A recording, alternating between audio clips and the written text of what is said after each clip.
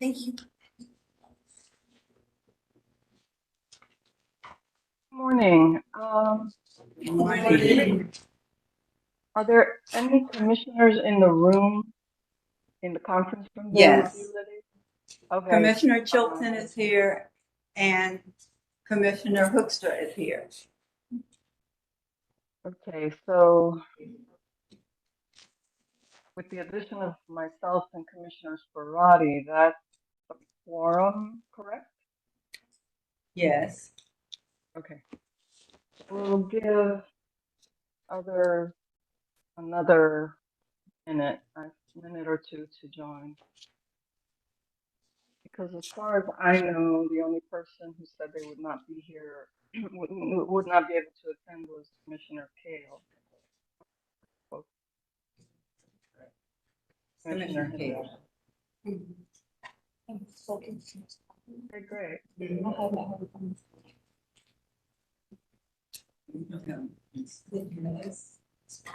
Miss Woods, Yes, I have ma'am. not spoken to Miss Carter Coley, so I'm not sure if she will be in attendance or not. Oh, I see. Morning, everybody. Good I think morning. they have ABC commission meeting today. I think it sometimes conflicts with this meeting, so she probably will not be able to attend. Okay, thank you. Sorry, I couldn't hear that. I'm sorry, Madam Chair, this is Cassandra Hoekstra. I was saying that the ABC commission meets today, and for that reason, I don't know that Commissioner Carter Foley will be able to join us today. Thank you. Thank you for that information. Okay, well, we have a quorum to proceed, so I will go ahead and call the meeting officially in progress.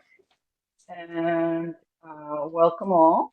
I hope you are enjoying your spring and not suffering with allergies. Some people in my own household are, but enjoying the beautiful yellow that spring is offering us all over the place. I love it. Even though I got robbed of an hour of sleep for the spring solstice. We love spring. So everyone, welcome. Hope you are all well. At this time, we'll call upon Director Shropshire to call the roll. Good morning, everyone. I hope everyone is well. Good Calling the morning. roll. Chief Deputy Secretary Hoekstra, Present? Chairperson Woods, Present. Commissioner Carter Cooley, Commissioner Chilton, Present. Commissioner Jimenez, Present. Commissioner Sparati, and Commissioner Wayne Kale. And our attorney with us this morning is Attorney Davis. Present. Thank you. Hey, Manny. Hey, Matt. Thank you, Director Shropshire.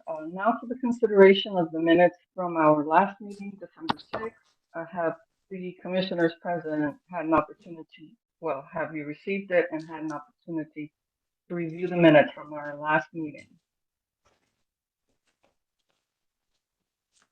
Yes. I hear no no's. Yes. So I'm gonna assume yes. And is there a motion? Any questions or comments on the minutes? Any edits, suggestions? Okay, great. So is there a motion to accept the minutes from the December 6th meeting, 2023, to accept those minutes as presented? Make a motion to accept the minutes as presented. Thank you, Commissioner Sparati. Is there a second? Second. Madam Chair. I'm sorry, could you please state your name? I'm sorry, Cassandra Hoekstra. I second the motion. Thank you. All in favor, Yes, ma'am. raise your right hand, say aye. Aye. Aye. Any opposed? None opposed. Thank you. Those pass. Now I will ask Director Shropshire to present the commission with the victims' compensation update. Good morning again. This morning, the commission will be reviewing 30 claims with awards totaling $782,810. And I want to take this moment to remind the commissioners that it's time for us to complete the statement of economic interest. It is due by April 15th, 2024. And if anybody has any questions or concerns, please feel free to give me a call.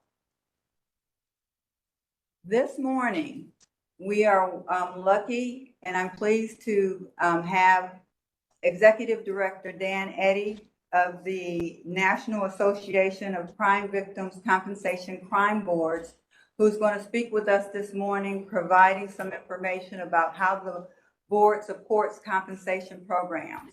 He's been working on our behalf for many years, and I want to let him give you some information and also tell us about his support of our compensation program. Welcome, Dan.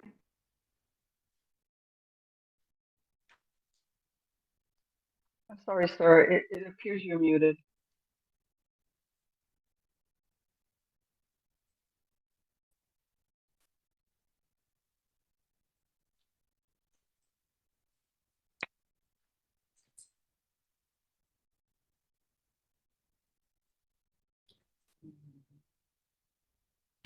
I think you still mute. You can, in the WebEx, down at the bottom left, you should see something that says mute or unmute. An icon or a button. Another way to unmute is pressing the space bar in the keyboard. Am I good Sometimes. now? Can you- Yeah. Okay, sorry. Yes, It's a, you're good now. Thank you, sir. we use Zoom in our system, and so Uh, I kept clicking on the thing on my screen. Anyway, and as I was saying to the ether rather than you guys, it's a pleasure to be with you and to be a part of this. I don't want to take any more time. I know you're busy people. Board members have real lives outside of compensation. So and it sounds like, if I heard it correctly, you have 72 claims to get through and quite a lot of money to get through too.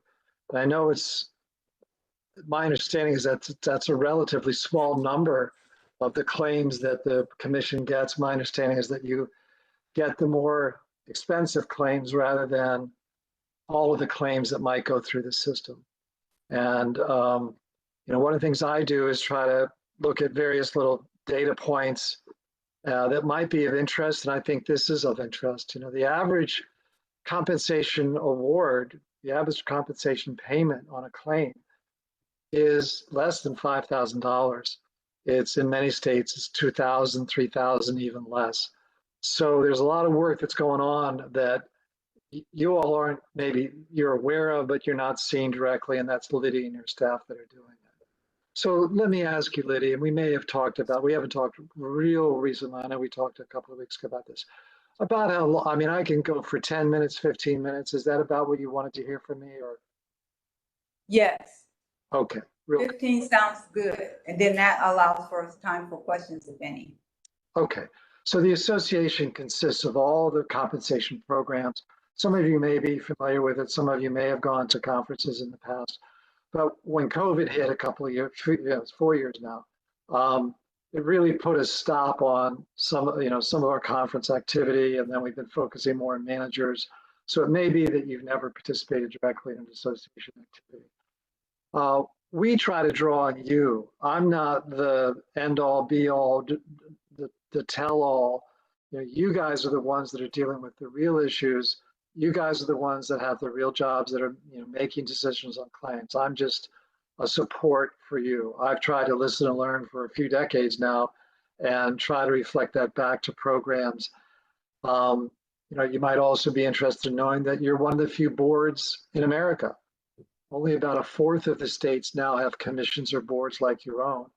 And about half of those are like yours, or about a third of them are like yours, and that they don't hear all the claims. They don't make decisions on all the claims. So the world of crime victim comp in America is diverse and interesting, but you all share the same task. And it's really pretty simple. It's getting applications from victims and their family members. It's trying to analyze those process and as fairly and consistently and quickly as you can, and then make decisions as fairly and consistently as you can. The other tasks that every program has, and again, I'm mentioning this because it just gives you a sense of what we try to stay on top of. Funding is a big issue.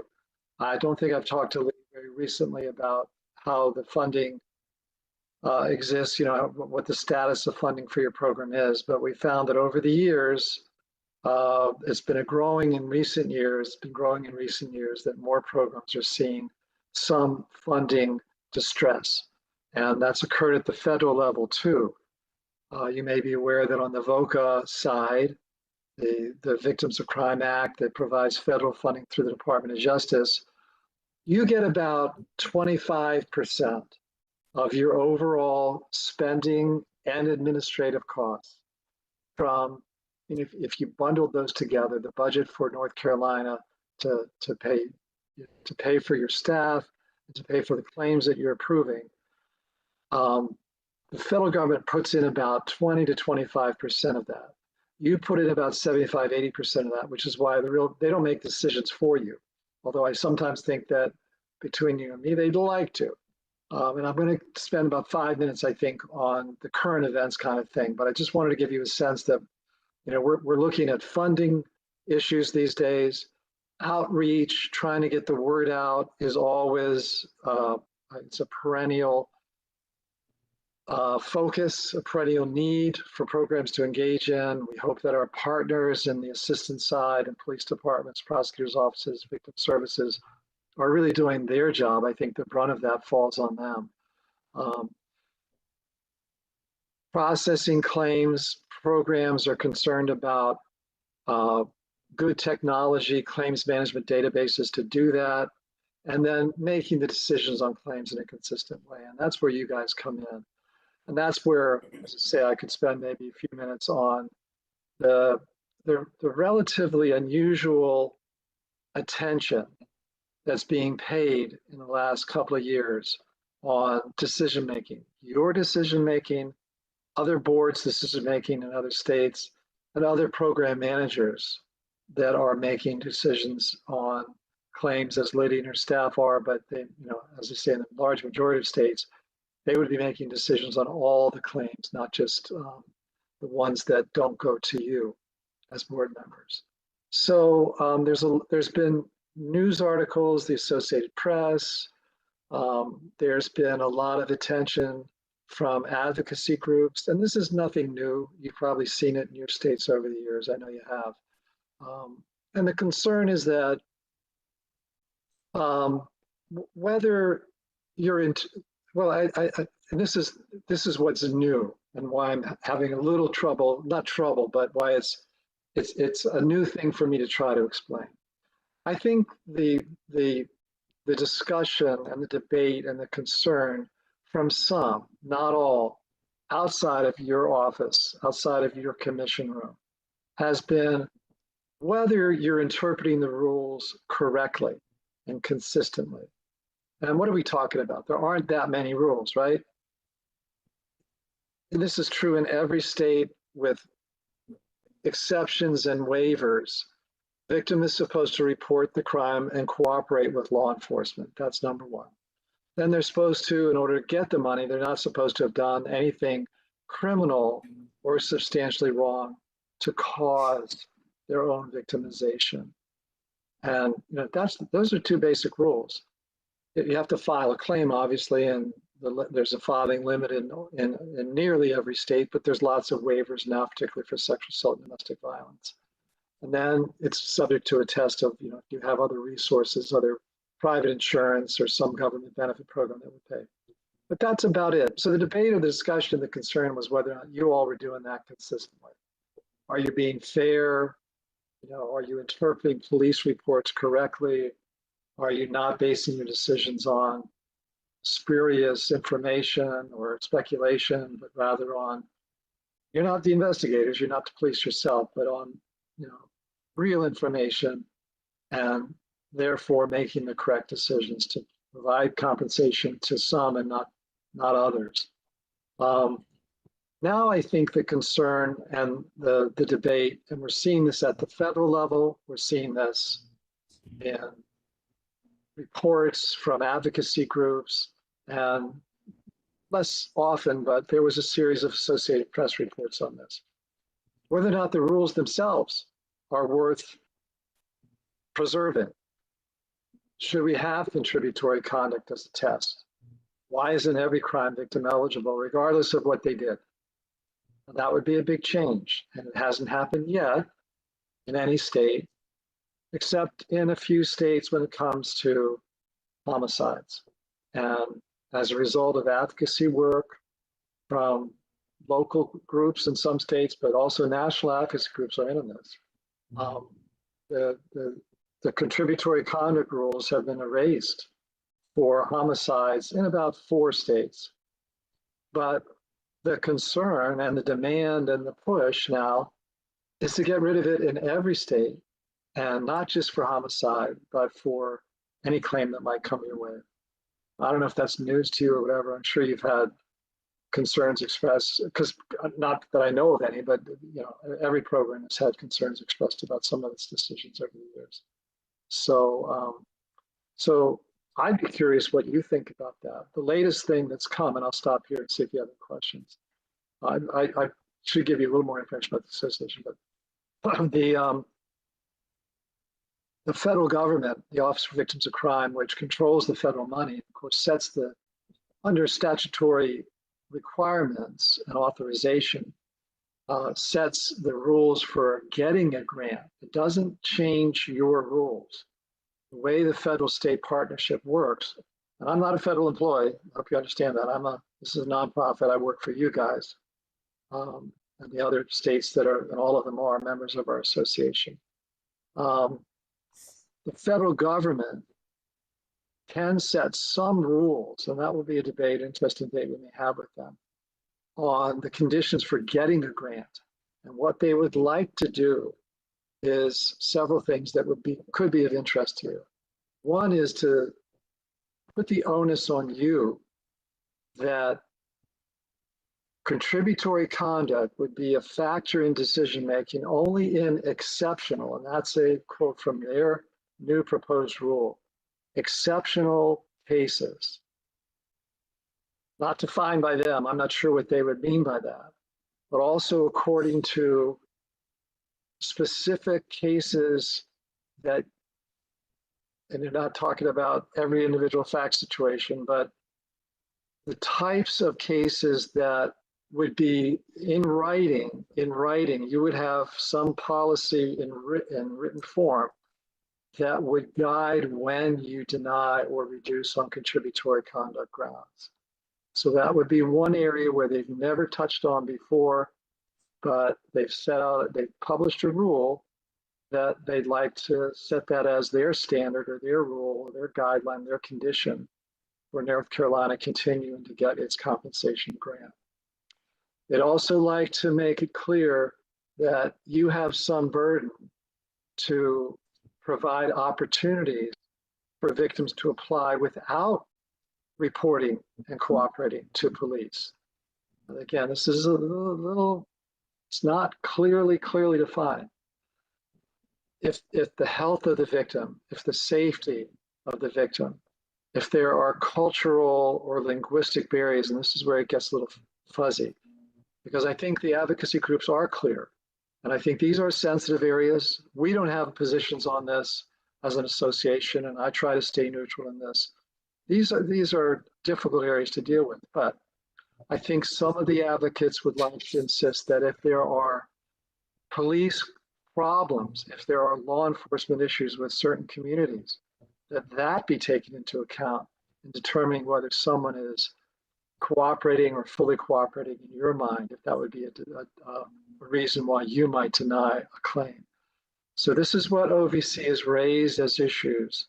And so what they want is to, again, you to have some kind of policies that would give the victims an opportunity to explain why they haven't reported and cooperated. And then you're not under any, it's up to you to determine whether or not health, safety, health being psychological or physical, safety, cultural, linguistic, whatever issues might prevent someone in a reasonable way in your minds from fully cooperating or reporting cooperating. And of course, there's a, I think and I'm going to stop soon. At the end of this is the bill that we still haven't seen enacted into law that would essentially remove all these rules and essentially say that if you have a victim that applies, and perhaps if there's any way at all to determine whether or not a crime actually occurred, whether it be a medical report or a counselor's report or someone in an advocacy program, that would be sufficient to get it into your offices. And that could not be, if that wasn't there, if the police report and cooperation wasn't there, that wouldn't be a bar.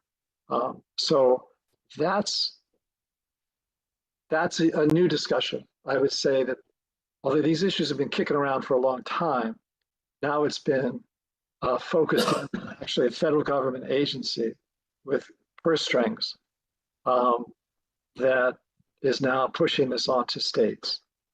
So that's where we are. Now the association, just really quickly, I maintain contact with Liddy through consistent emailing. We'll have a discussion about this very thing I'm talking about next week. And I'll be sending, Liddy may not know that, but we'll be having a discussion on this next week, Liddy, because this is kind of coalescing now and we got to move quickly on it. We have an annual conference.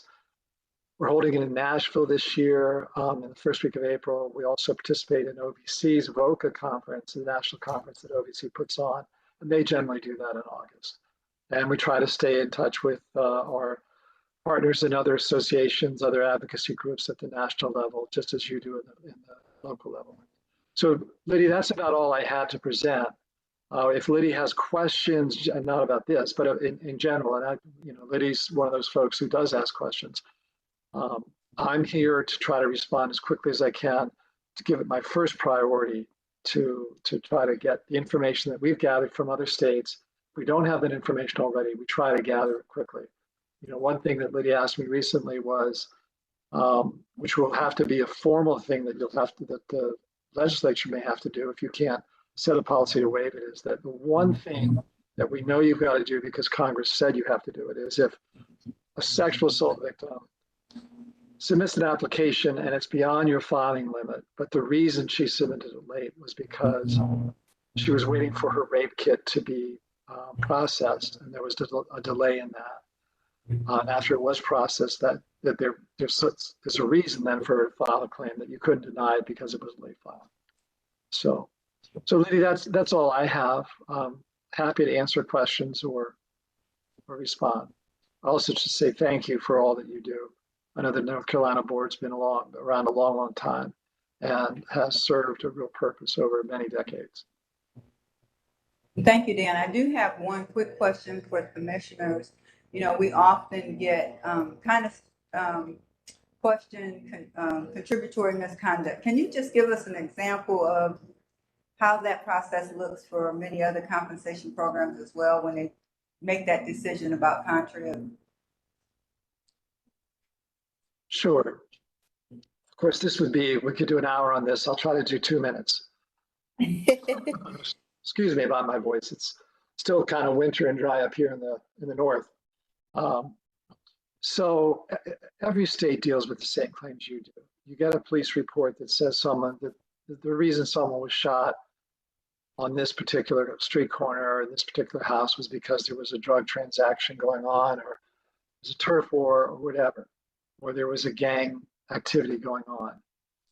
And what we've tried to talk about, I was going to say teach, but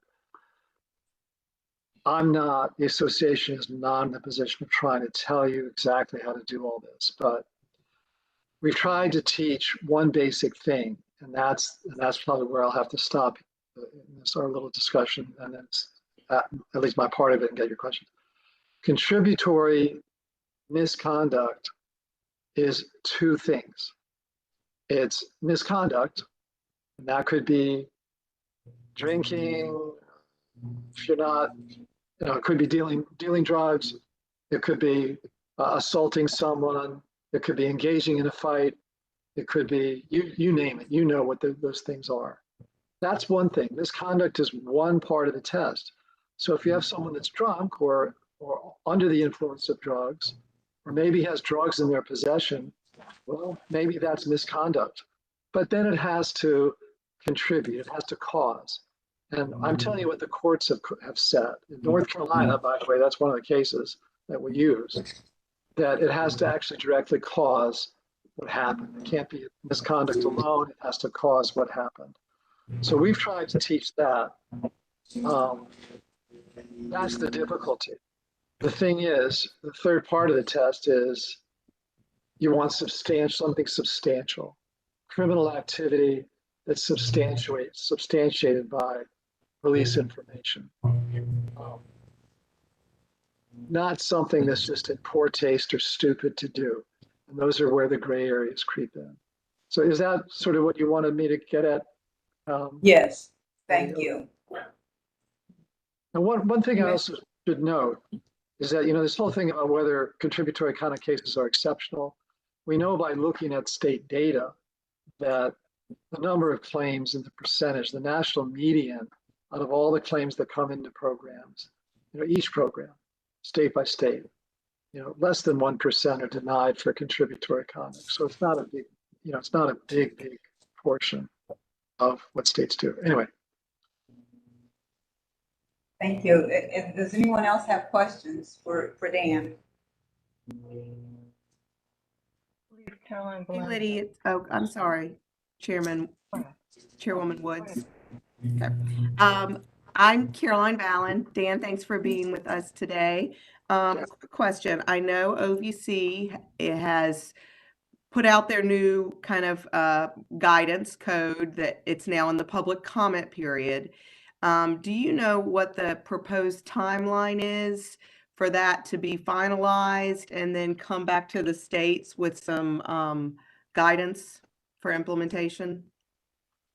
We know that they closed the comment period on April 5th, but we don't know. And that's one of the concerns we have is if states do need to rewrite policy, or perhaps in some cases, and I don't, at this point, I'm not at all sure that statutory changes aren't going to be necessary, but they may need time to do that. So they have not said when they will be finalized, or the effective date, in other words, when they could come around and say, are you complying with this? Quick follow-up question. Here in North Carolina, our Chief Justice of the Supreme Court has had a ACES task force that he has convened to investigate the impact of adverse childhood experiences on the criminal justice system, and a series of recommendations that have come about as a part of that. One of those is to try to increase funding for victims' compensation, which is great, but the focus really would be to provide mental health services, to help fund mental health services for secondary victims of crime. For instance, if there was a child maybe in a domestic violence household, or that's the example that comes to mind. Do you know of any other states that have really tried to expand the reach into secondary victims and for mental health services? It's a good question. We do have some information on that. I mean, I think typically there is some latitude. There is some latitude in many states, and we have information on that. But I wouldn't say every state. I think we're talking about potentially a lot of, I'm sure that's the concern. I don't know if they've put a number on it in North Carolina, how many would be involved, but The short answer is that it's not unusual, but it's not universal. That states, obviously in homicide, yes, but when it comes to, there is in nearly every state some counseling available to close family members, which would include brothers and sisters and parents and that kind of thing. But when it comes to other types of crimes, it's more unusual.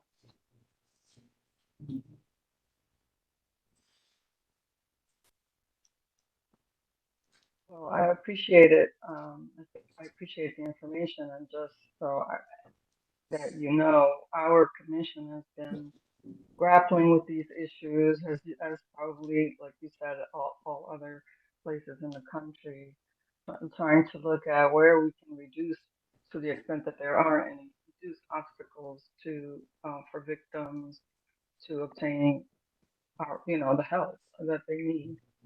And so for me, as an advocate, for me, it's good to hear that this is also being considered at the federal level. What it's going to look like, we don't know, but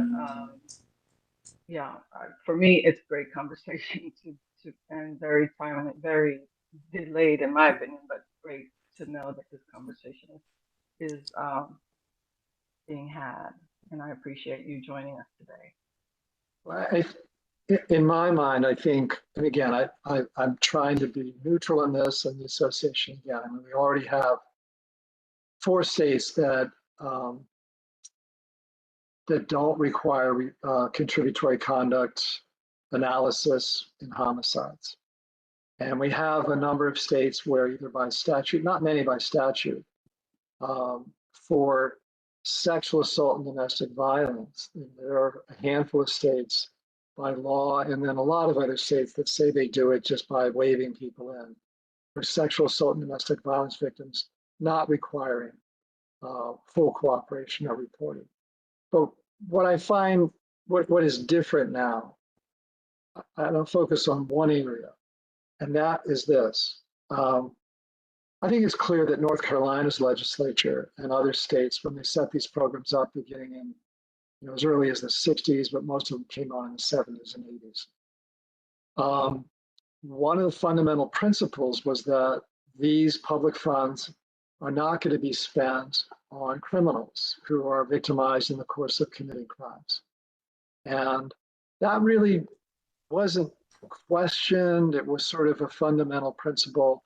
The other principle that, well, reporting and cooperation is about encouraging people to participate in the criminal justice system and help us get the bad guys off the streets. I think that's sort of faded away.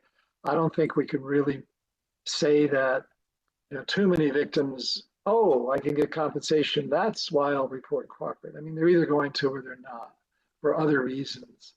But reporting the cooperation is important to a program on a practical basis. That's how you get the information to make contributory conduct decisions. So if you sort of just completely waive the reporting and cooperation, you may never be able to make contributory conduct decisions. And I think what's interesting is I think that's where the advocates, national advocates, and maybe you're seeing this at the state level, and the national advocacy groups are coming in to work with local groups. That's where they want this to go. They want the rules to be gone. Now, whether or not the state legislators or the public wants these public funds to be used for those victims who may have caused their own victimization is another matter. But the fact is that there's only really one user group. The user group are the advocates representing whoever they're representing and coming to legislatures and finding pathways into committees and whatnot to get these bills introduced. So there's really no other side on this. There's only one side that's demanding these types of changes. And then again, I'm not sure the legislatures realize this is sort of a fundamental change, that your program could become one in which you're not looking at whether there was law enforcement reporting or cooperation. You're not trying to figure out if someone was dealing drugs and that's why they got shot. So, those are sort of fundamental changes that I think we're now seeing sort of come in not an exact way, not in a, you got to do this way from OVC, the federal agency. But certainly when they say that contributory conduct should be only happen in exceptional cases according to specific policies that identify when you're going to do it, that's what they'll be, that's what will be guiding the, whether you guys get a grant or not. So it's sort of put things into an odd place when they used to leave this all up in your hands. Dan, thank you again. I see it. I'm appreciate- sorry, I think there's another hand, Commissioner Sparati was Oh, I'm raising. sorry. Yes, sir. Good morning. Thank you. Good morning. I just was curious, are there a lot of hospital lobbyists in the states or in the federal level that are getting involved in the rulemaking? Not that I've heard of, not that I'm aware of. You would think they would be, but I just haven't heard of any. Except in one area, that's with regard to sexual assault exams. And that may not really be the hospitals, but that's a perennial source of concern, is that when they do forensic exams, they're not getting paid enough. Have you heard of anything, sir? No, I was just curious because they seem like a large secondary beneficiary of the money that we give out. So I'm just figured that they would probably want to find ways to get as much money as they could.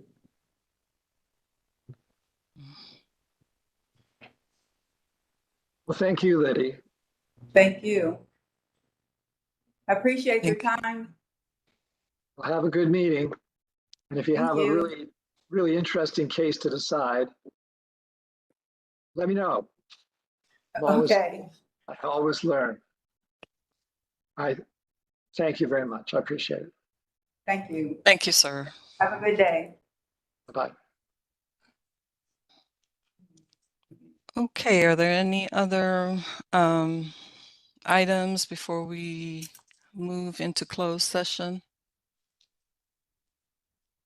I have no additional updates. Okay. This is just on the agenda, so I will read it. Bear with me. When the time comes to go into closed session, the chair shall call for a motion from a member of the Victims' Compensation Commission to adjourn the open session and the remainder of the meeting to go into closed session to discuss the victim claims and other matters that may be allowed under law. The person making the motion shall state the following. I move we go into closed session under North Carolina General Statute 143-318.11, 1A1, which states, in order to prevent the disclosure of information that is privileged or confidential pursuant to the law of this state or of the United States, or not considered a public record within the meaning of Chapter 132 of the General Statutes. I will remind everyone that the records of the commission are privileged, and I will read from North Carolina General Statute 15B, our authorizing statute, -8.1A. In a proceeding under this article, the privileges set forth in General Statute 8-53, 8-53.3, 8-53.4, 8-53.7, 8-53.8, and 8-56 do not apply to communications or records concerning the physical, mental, or emotional condition of the claimant or victim if that condition is relevant to a claim for compensation.